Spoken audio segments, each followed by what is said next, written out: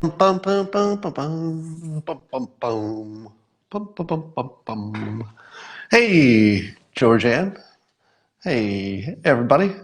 Covfefe 2020, you're always quick. Good to see you. Kevin, good morning.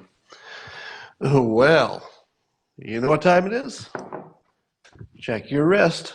Oh, yeah, it's coffee o'clock. It's time for Coffee with Scott Adams and the famous simultaneous sip. World renowned. If you have not enjoyed the simultaneous sip, what have you been doing with your life besides wasting it? But we're going to fix that right now because you participate in the simultaneous sip with very little in the way of preparation. All you need is a cup or a mug or a glass, a snifter, stein, chalice, tankard, thermos, flask, canteen, grail, goblet, kind of fill it with your favorite liquid. I like coffee. And join me now for the unparalleled pleasure, the dopamine hit of the day, the thing that makes everything better, the simultaneous sip. Go. Oh, shivers. Shiver my timbers. Some stuff that's happened. Somebody sent me a message, and I cannot verify that this is accurate, but the general concept is accurate. So I'm going to tell you this and just keep it as a general concept.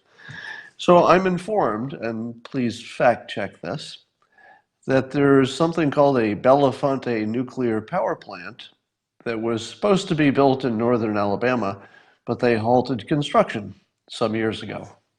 So they started to build a nuclear power plant, and then they halted construction. And somebody on LinkedIn suggested that that would be a good place to put a Generation 4 nuclear plant, something like TerraPower, Bill Gates' company that he invests in. Maybe that would be a good place for them. Now, in general, a place where a regular standard nuclear power plant already exists or used to exist are the perfect places to put a Generation 4. More of a test site. You know, it might take a while to refine that. But I don't see a problem with finding locations. It feels like it's the most solvable problem in the world. And my understanding is that Rick Perry's energy department has actually done a lot to boost nuclear and to try to make it easier to get licenses. So they're actually doing a lot behind the scenes. It doesn't get a lot of attention. But you might see nuclear power plants get approved more easily if there's some success in getting rid of the red tape. All right. Uh, so there's a interesting video clip going around that shows a split screen, and it shows some politicians such as Nancy Pelosi making some statements relative to the headlines, and then showing that the news organizations just parrot the language. So that you can see that the Democrats and at least some news organizations are working together. It's obvious that they're getting the same memos, they have the same talking points, etc. Now, I used to think, well, that doesn't mean much. It just means that they have the same opinions. And if somebody says something that's catchy, and you have the same opinion as somebody who says something catchy, you just start using that language because, oh, somebody agrees with me and the way they worded that is pretty good, so I'll use that too. That's what I used to think. But now it's getting a little bit more obvious that it's coordinated, meaning that whether or not there's an actual conversation about it, you can see that the news organizations adopt the language of preferred politicians and they ignore language of less preferred politicians. Let me give you an example of how language, the actual words you choose, can change reality. All right? So here's an article in Reason. So Reason, go to reason.com to see them. Reason is sort of a libertarian, free-thinking, neither left nor right organization where they're trying pretty hard to stick to facts and reason. So you would expect in a publication called Reason that you would get as close as you could get to some kind of an unbiased, points of view. So there's an article in here now, I guess went in on October 14th, by Shika Dalmia. And uh, here's what it says. Kurds have been staunch allies in America's struggle against ISIS. Kurds have been staunch allies in America's struggle against ISIS. First of all, is that a true statement? Yeah, that's a true statement. The Kurds have been staunch allies in America's struggle against ISIS. So it's completely true. But here's another way you could say the same thing. Somebody else on Twitter said this. How come most people are of the opinion that somehow the U.S. adopted the Kurds, not just partner with them for a time against a common enemy? Both statements stick to the facts. One is in question form, one is in statement form, but they're opposites. They both use the same observed facts, but they're pretty close to opposites. That's a scary thing, isn't it?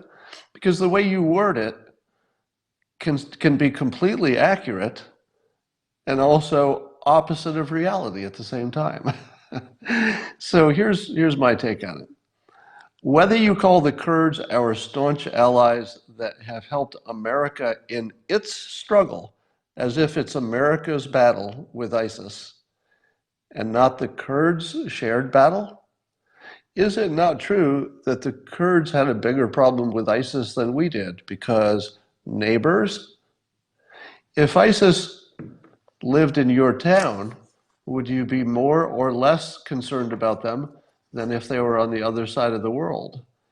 It seems to me that America helped the Kurds with their struggle against ISIS. It just happened to be something that was good for us too. So it's just shocking that something called a reason could have an opening sentence that the Kurds have been helping America in its struggle against ISIS. I'm pretty sure everybody was against ISIS except ISIS. Indeed, the entire world has a struggle against ISIS because ISIS wants to attack the entire world. So I'm pretty sure that there was a shared goal there. And here's my question. All right, here's my question about the whole Kurd, Turkey, Syria situation. Who can tell me, or what news has reported, what we officially, meaning the United States or anybody acting as a proxy for the government, so that could include a general, somebody in the military who was operating over there, what official promises has the United States ever made to the Kurds in terms of long-term alliance or protection? Has anybody ever reported that? Because it would make a big difference to me if, let's say, there was a general who said, look, Kurds, we're going to work together with this, and we promise you on the honor of the United States that if you help us with this, we'll stay here forever, or we'll protect you, or we'll do this or that, whatever it is. What was it? Because if we didn't promise them anything, they just made an assumption that because we helped them in one situation, that we were there for them for all future situations. That would feel different than if we had made them a direct promise and then changed our mind. Because a lot of people are talking about the honor of America and our credibility. But doesn't that matter what we promised? Is there a written agreement? Was there a verbal agreement? I would say we should honor a verbal agreement if there's some evidence such a thing was made. So without that reporting, how can you have a good opinion about whether we're selling out the Kurds? If you have a strong opinion about we're selling them out or we're just pursuing our national self-interest and they shouldn't surprise them at all, if you have a strong opinion on that, you shouldn't, because there's a piece of information missing. Nobody ever told you what we promised them or who it was that made the promise. Have you ever seen that reporting? I haven't. So I would say if you have a strong opinion that we should honor our promise, but you don't know if we ever made a promise, maybe you should dial back your certainty of your opinion.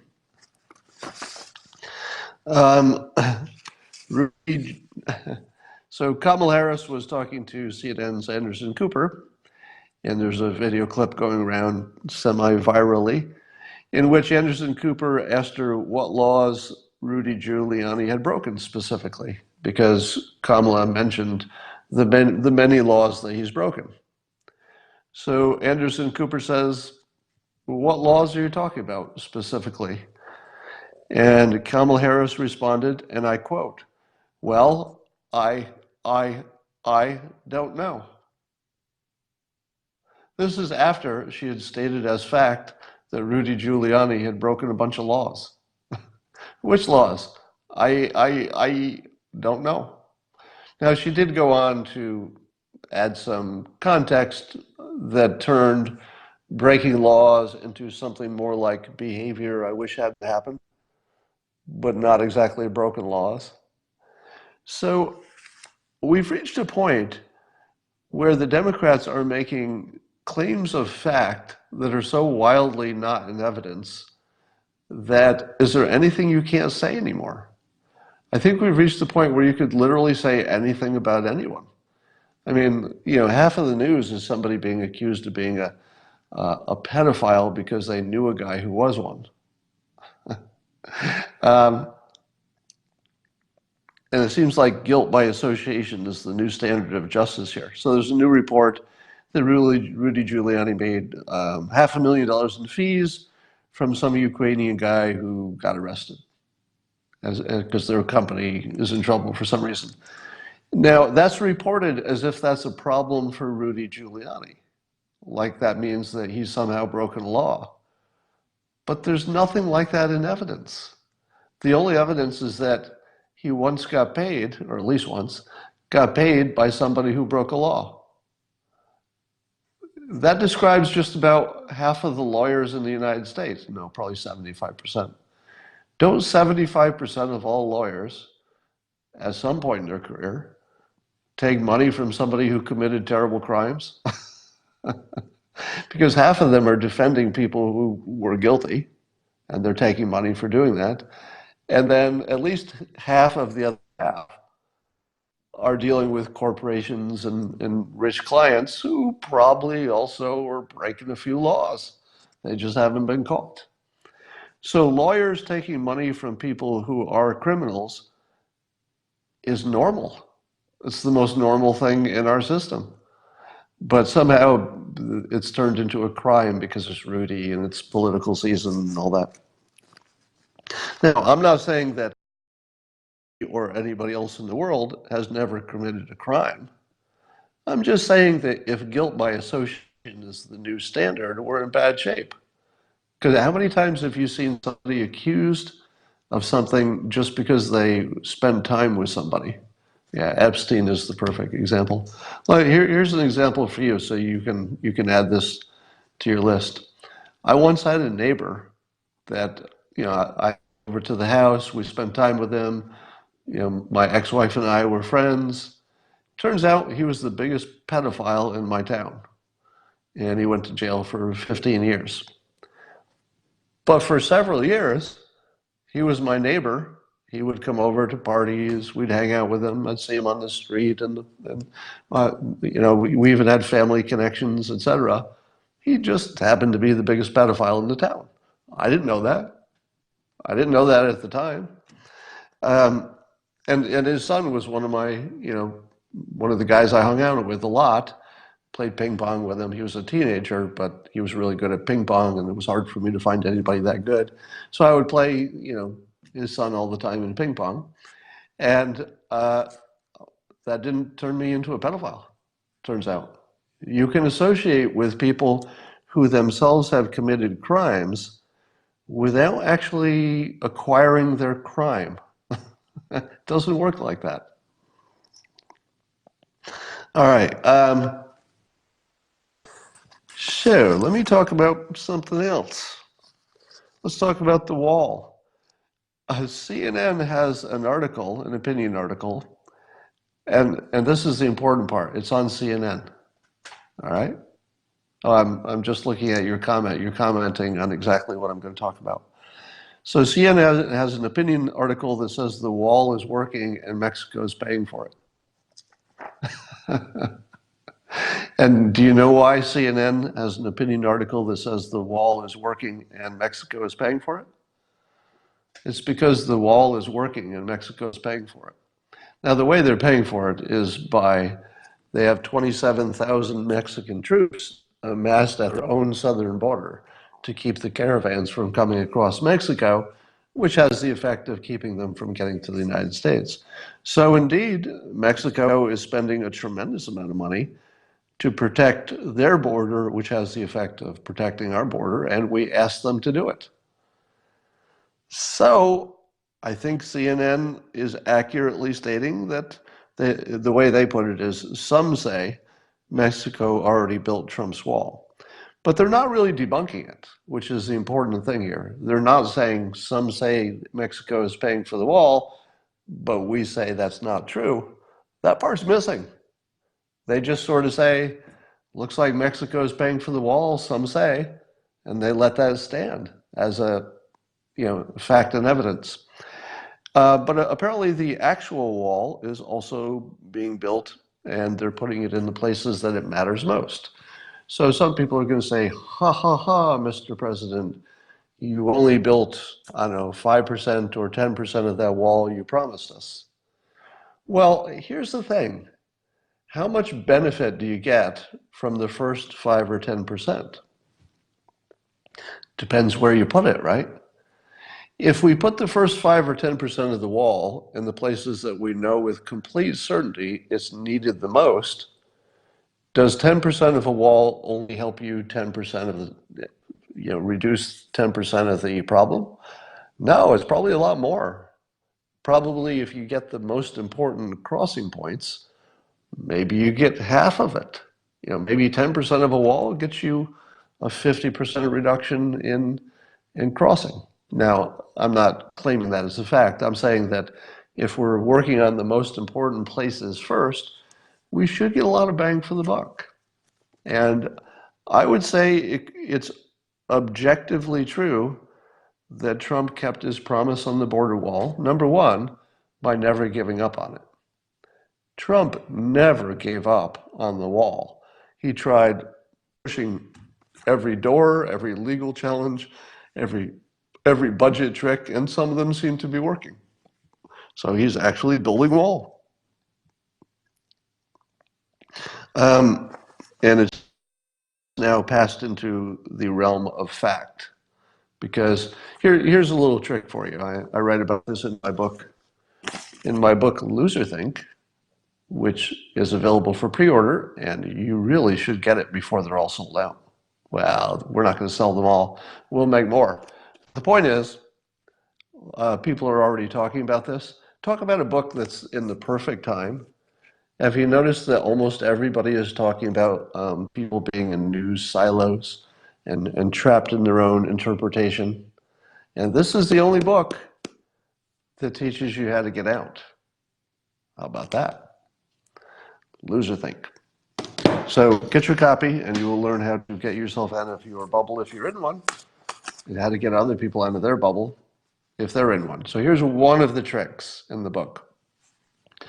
If a fact is reported the same on the left-leaning news and the right-leaning news, it's probably a fact.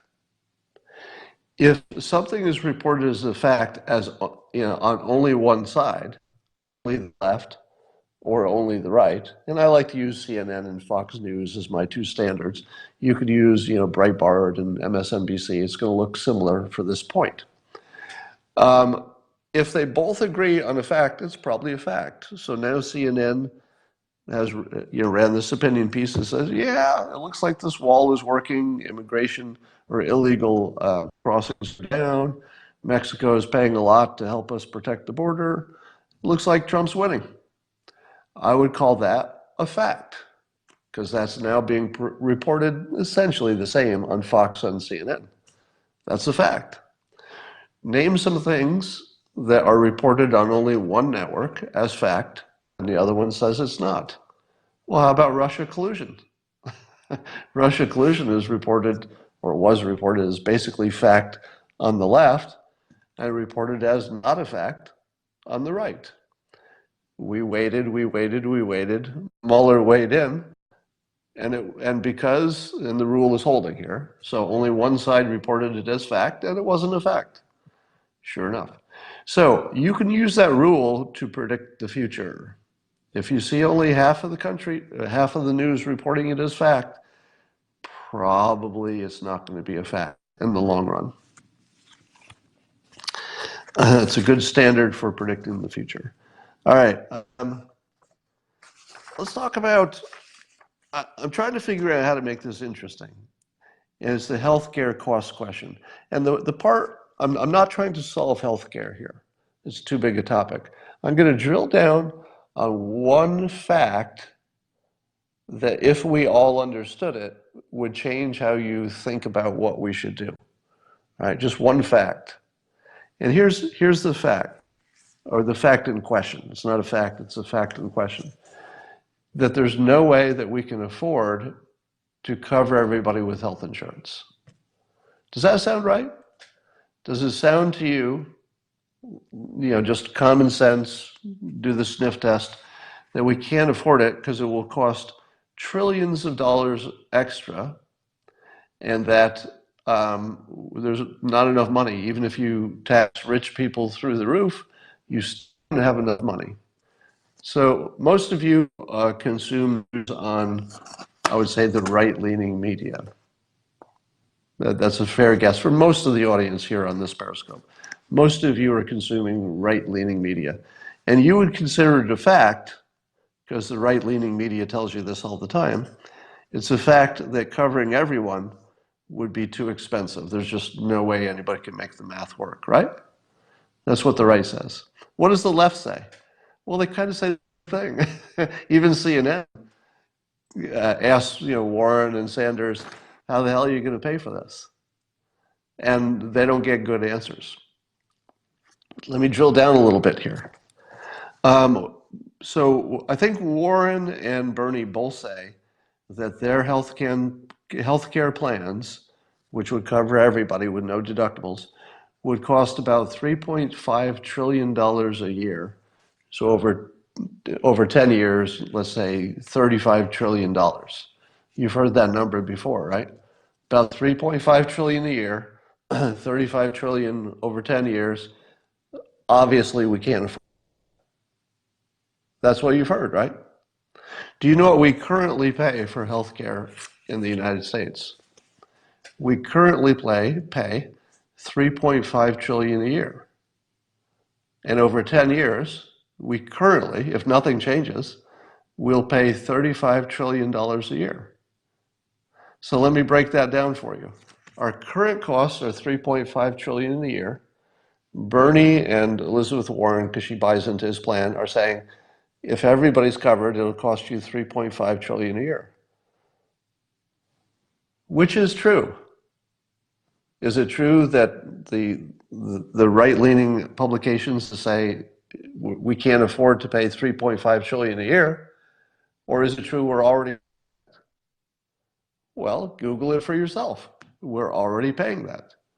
So is it true when Bernie says, I can get you universal health care costs at basically the same price as we're already paying collectively, if you count everybody paying everything? Is that true? Let's drill down. So I said to you yesterday that I remembered something like 18% of the public did not have health care insurance.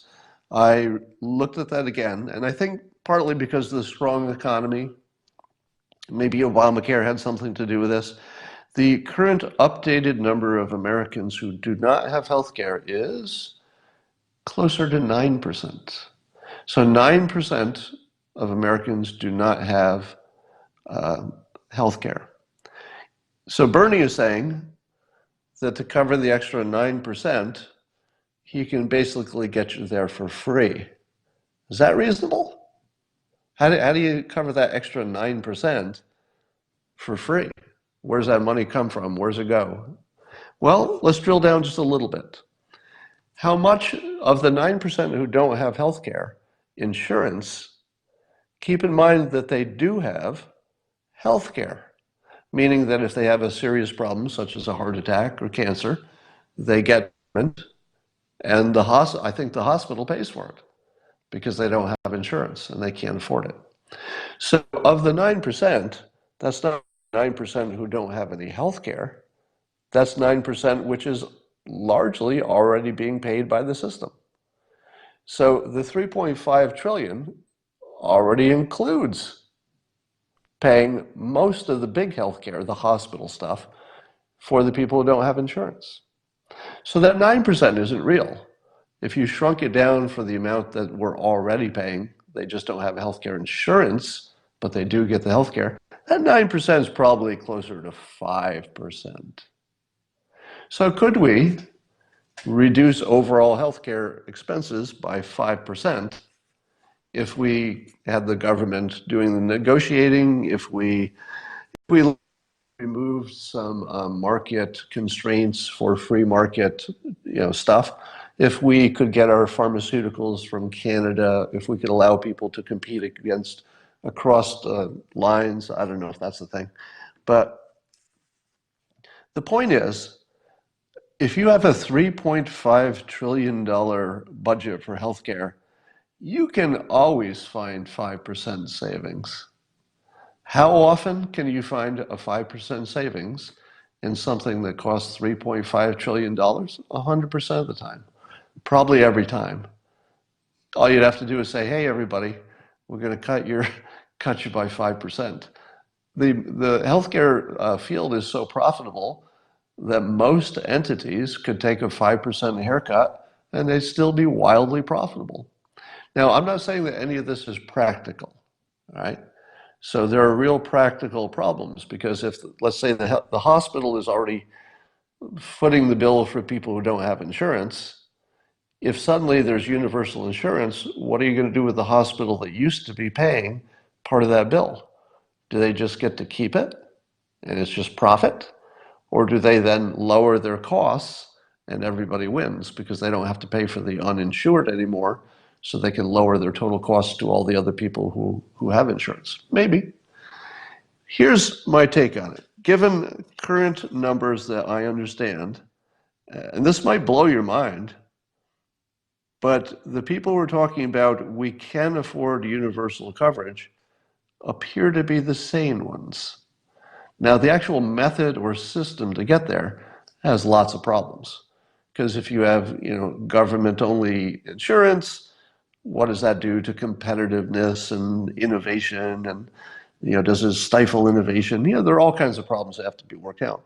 But the general proposition that we don't have the trillions of dollars needed to cover that extra 5% that would get everybody covered seems to not pass the smell test. Does it to you? Does it pass the sniff test that we can't find a 5% savings in all that healthcare? If the government just said, look, the only way to get there to cover everybody is we're going to have to find some way to take 5% out of the expenses.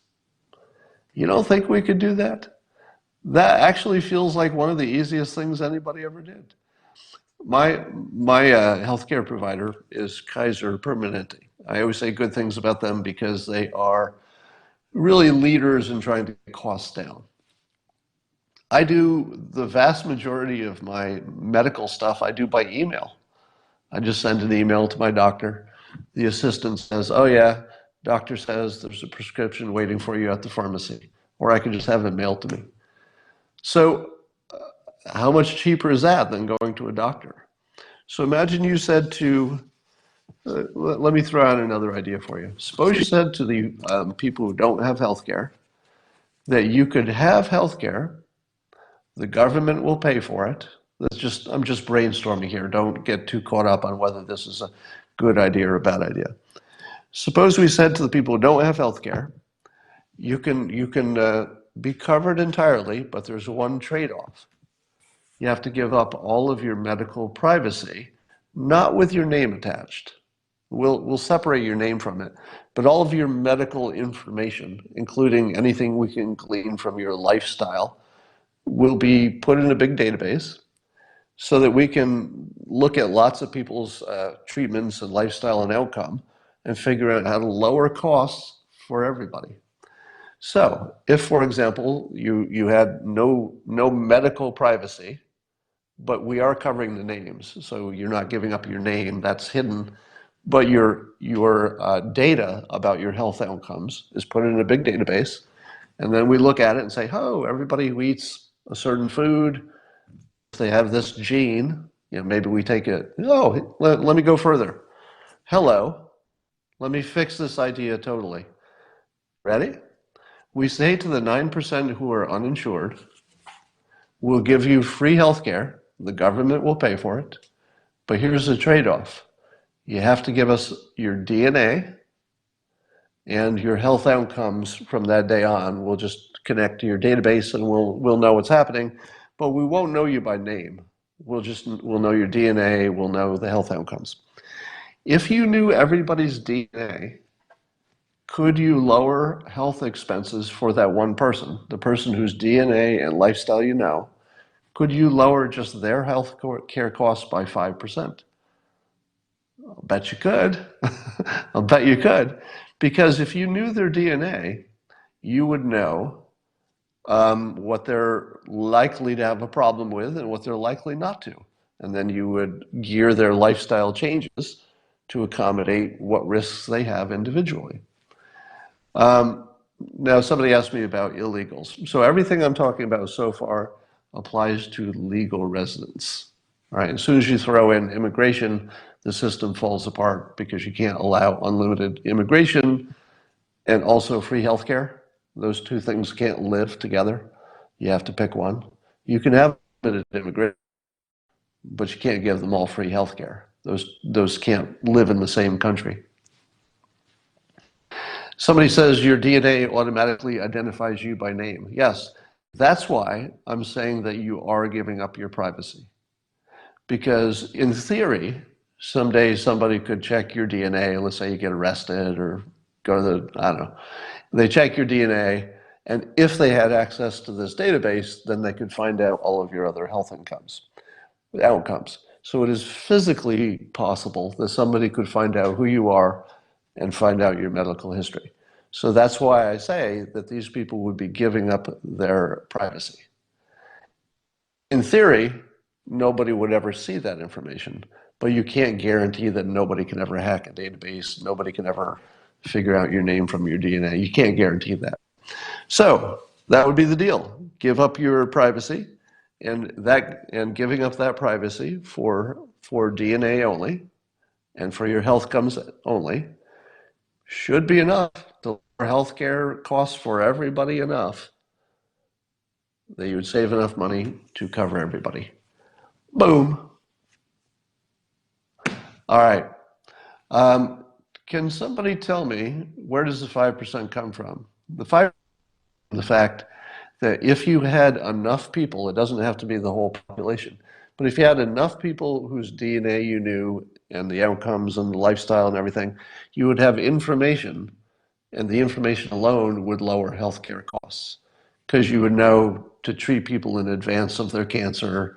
You would know to give somebody a certain kind of preventive lifestyle recommendation, et cetera.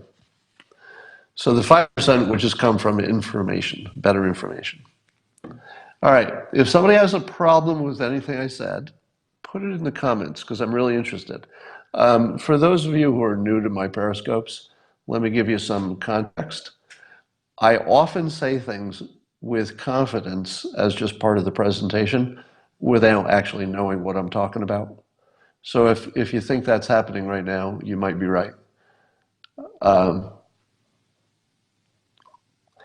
Incentives are all wrong.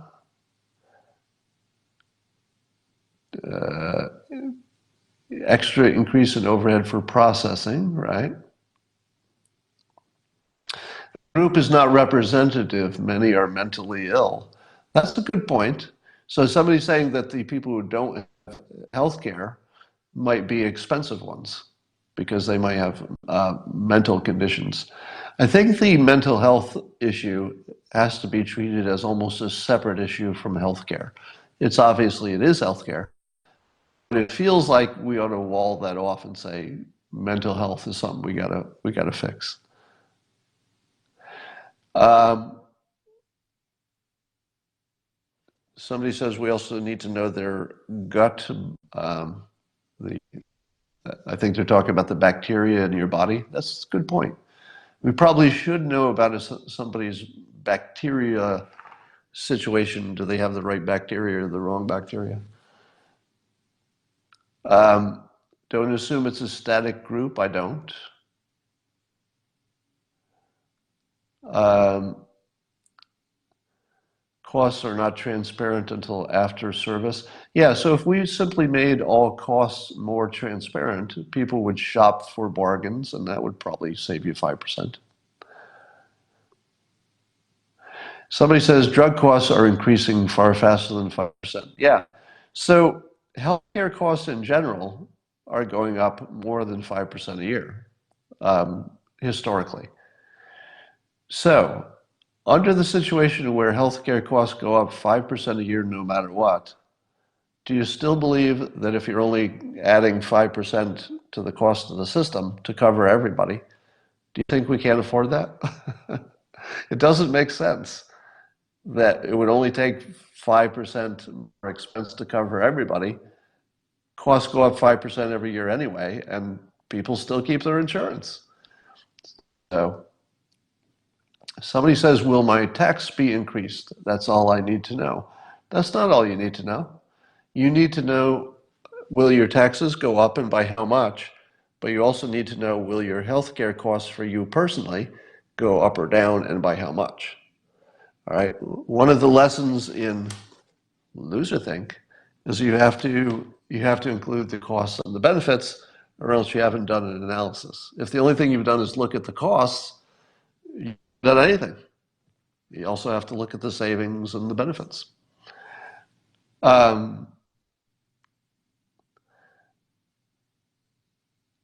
Just looking at all your comments, most of them seem to be supportive of what I've said. I don't know if I've seen anything yet that seems to be contrary to what I've said. So let me ask you this question.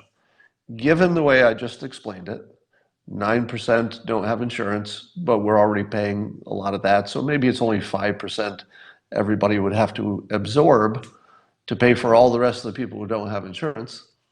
And we could probably squeeze 5% out of the system just by having better transparency on prices, more ability to buy cheap things and shop around and stuff.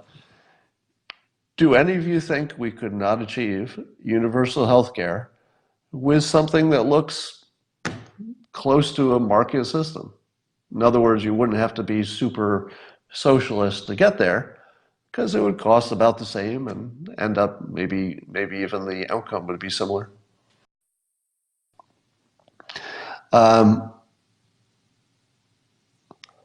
Somebody just says stop. Somebody says I would prefer private Medicare for all. I don't know what that means.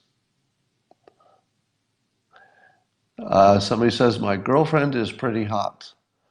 You are correct. And that is the best comment anybody's made about healthcare today. Thank you. She keeps me young. All right. She needs to work harder to keep me young. I'm still getting older. I'm looking at your comments because I'm very interested to see if I've said something incredibly stupid, but I don't see anybody disagreeing. So just think about what just happened. Just let me back up and just raise out of the weeds for a moment. All right, we're all talking about the details of healthcare. Just come with me for a moment and just rise up above the weeds and look at, just for a moment, because it's fun, look at the big picture of what just happened in the last few minutes. Most of you came to this Periscope saying, well, there's no way you could cover everybody with healthcare. There's not enough money in the entire planet, right? Didn't most of you come to this Periscope believing there wasn't enough money on the planet to give everybody healthcare? And did I not just convince you with numbers you can Google yourself? I mean, just go to Google, you can find out everything I just said. Did I not just explain to you that you're probably being lied to? That we almost certainly could get there. And it probably wouldn't cost more than it costs now. Now, if you did it wrong, then you've done it wrong. But in terms of how much money there is in the system, I think we could get there at the same cost.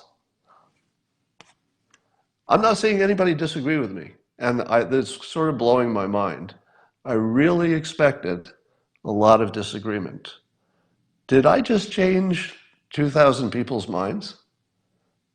Because that isn't a thing that can happen. I don't see.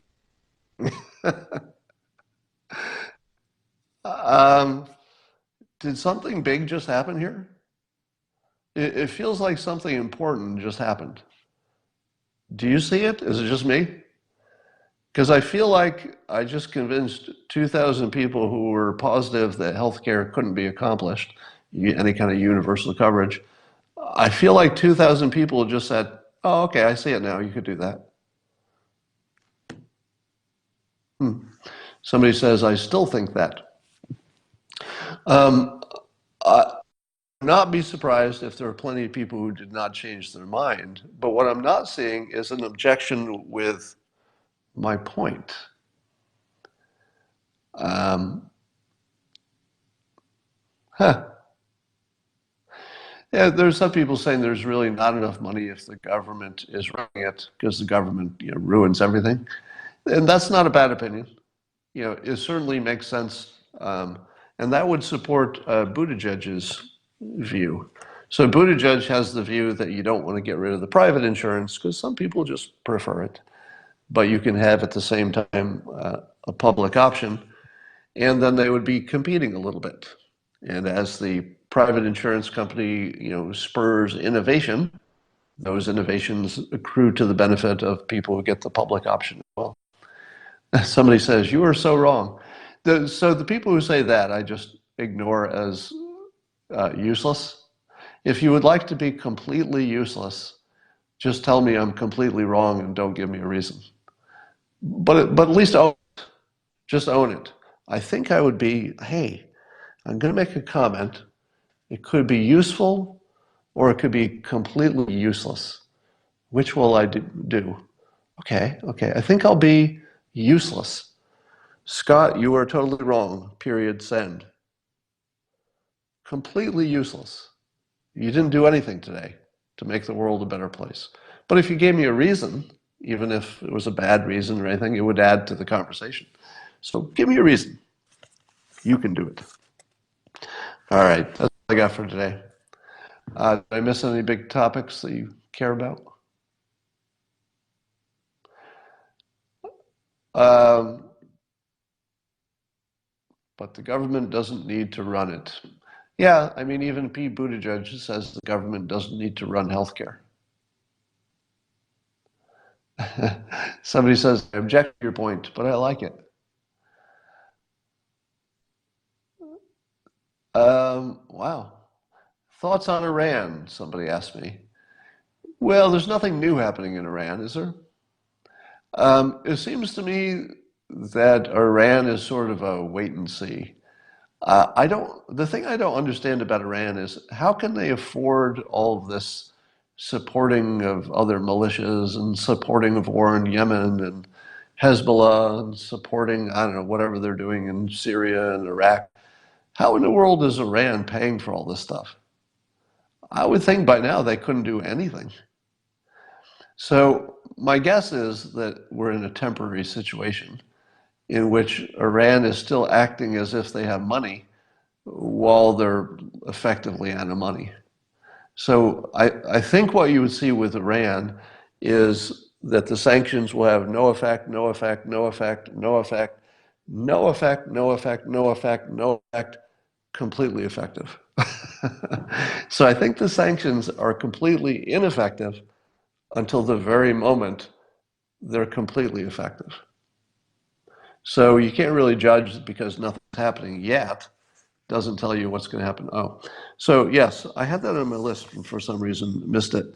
So, so the president has decided to not have the G7 at Doral, his own property. So they're looking at Camp David. Now, what I said about Doral is that it was actually a brilliant decision because it put our president in his home field advantage in a way that would set the table, and it would have a atmospheric beneficial effect in his negotiating and prestige to be at his own property, and it's impressive. You get a very similar, it's not exactly the same, but very similar by going to Camp David or anything that the government owns that's big and impressive. Now, I don't know if Camp David is impressive. Does anybody know Camp David looks like? Because it's called a camp, which makes me think it can't be that opulent. Um, but if presidents go there, it can't be bad. So it must be a little bit opulent, even if it's called a camp. So I don't know what Camp David looks like. If it's true that Doral was, great, physically accommodations and everything. If Doral was a great place to stay, and the Camp David option, let's say we end up with that, is just an okay place to stay, I think we move backwards. Because the comfort and happiness and physical surrounding of all the attendees has an impact. That stuff matters. It matters how you feel. It matters if you got a good night's sleep. It matters if you're happy, optimistic, pessimistic. Your environment makes a big difference. So I think for political reasons, the president, probably made the right choice to just take that off the table. It was just one more thing that people were complaining about, and he didn't need it. So, Scott, you were wrong about what? I didn't predict that the event would continue at Doral. I just said that if it did, it would have been a great decision in terms of the meeting itself. It was not a great decision politically. So, and politics matter.